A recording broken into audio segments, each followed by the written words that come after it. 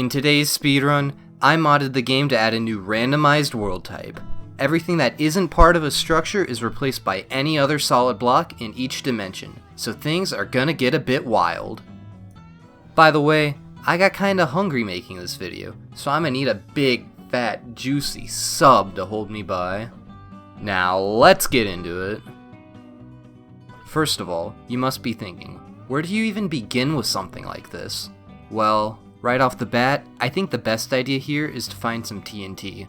It may not be obvious at first, given the complete mess you're looking at, but instead of scrambling around trying to find ores to progress through the tiers, we can simply blow up a diamond block. So we pick up the TNT, mine a plank for a button, get trolled by a bookshelf, and then light our TNT and make our tools.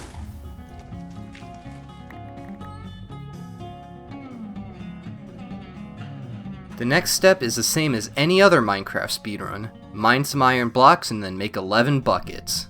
Why 11 buckets, you're asking? Well, that's just cause 12 would be kind of overkill.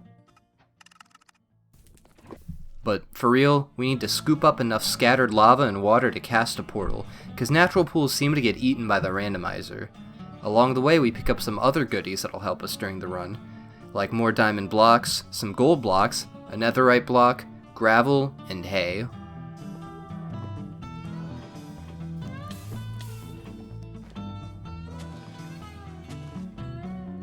Eventually, we have enough lava, so I look for a nice place to build a portal and decide this obsidian block is a good starting point.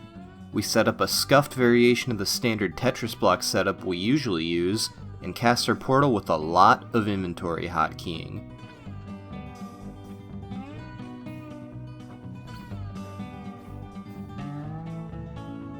We conveniently get our flint on the way down, and then light it and enter the Nether.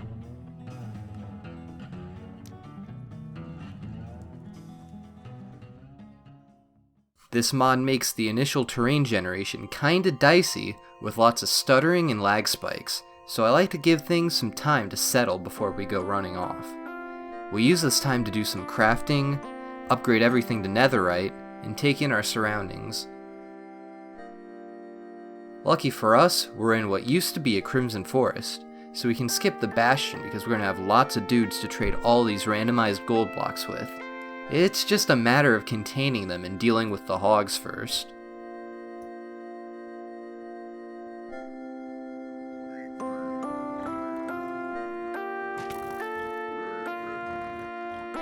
After rounding up all the dudes into a hole, we use the time they're trading to collect some obsidian, because time spent waiting and doing nothing is time wasted.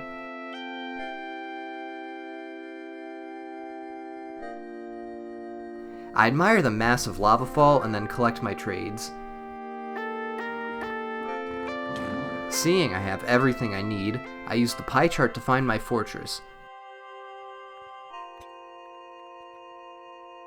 Unfortunately though, it's kinda far away, but we did get quite a few pearls to travel with, so we suck it up and head on our merry way.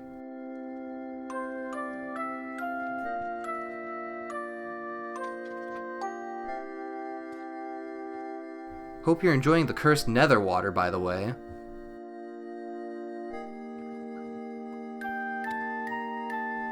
Also, if you're wondering why I'm chomping on Legos, it's because microplastics are kinda delicious.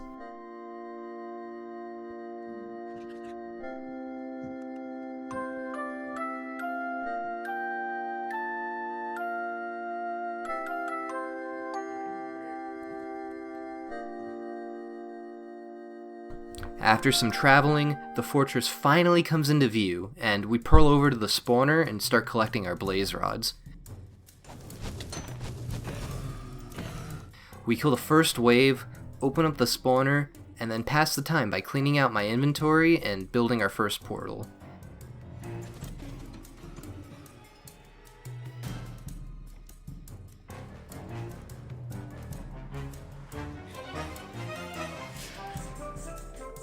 Much to my dismay, however, we spawn over an ocean, which means doing our measurement is gonna be a pain. And and it looks like we're at least 2,000 blocks away. Typical, huh? Well, when I jump down to collect the first eye, I realize I didn't make a boat, so I need to pillar up on some kelp to throw the second eye. Unfortunately, it just confirms we have a long way to go, so I swim back up to the portal and prepare for the journey to the Stronghold.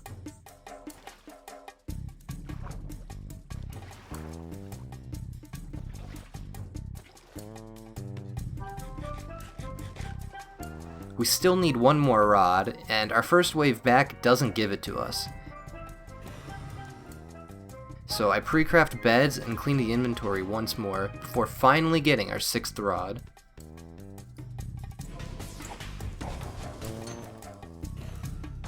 We have a long way to go to -133, -310, but also on the way we have to collect enough obsidian to build our portal.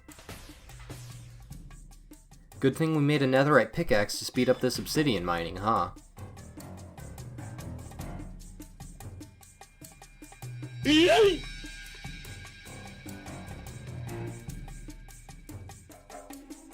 We approach the coordinates, I hit a nasty bed clutch, and then come to realize that it looks like our exit portal needs to be inside of this wall. Unlucky. Anyway, mining through a wall of random blocks is kind of funny, and it reminds me of that one Hypixel party game where you gotta switch your tools while digging down. Lab Escape, I think it is? Yeah, that's the one. It's a pretty fun game. Anyways, we finally get to the right block. The floor opens up below us, nearly kills us, and wouldn't you know it, it's completely open. Glad I spent 2 minutes digging through random junk instead of just going around, huh?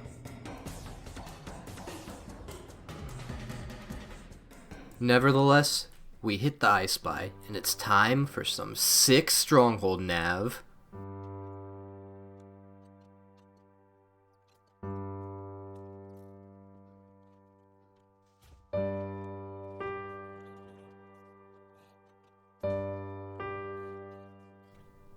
We only got kinda lost this time, though we did make friends with a bunch of creepers along the way.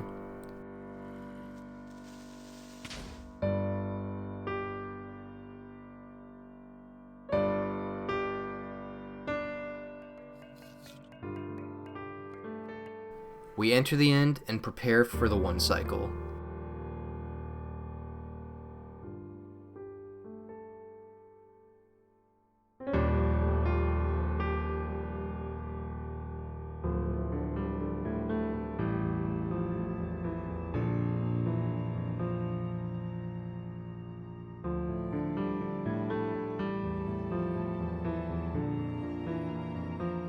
Thanks to our brilliant idea earlier to pre-craft beds, we don't miss the first perch to anything silly, and it actually takes less than 7 minutes this time.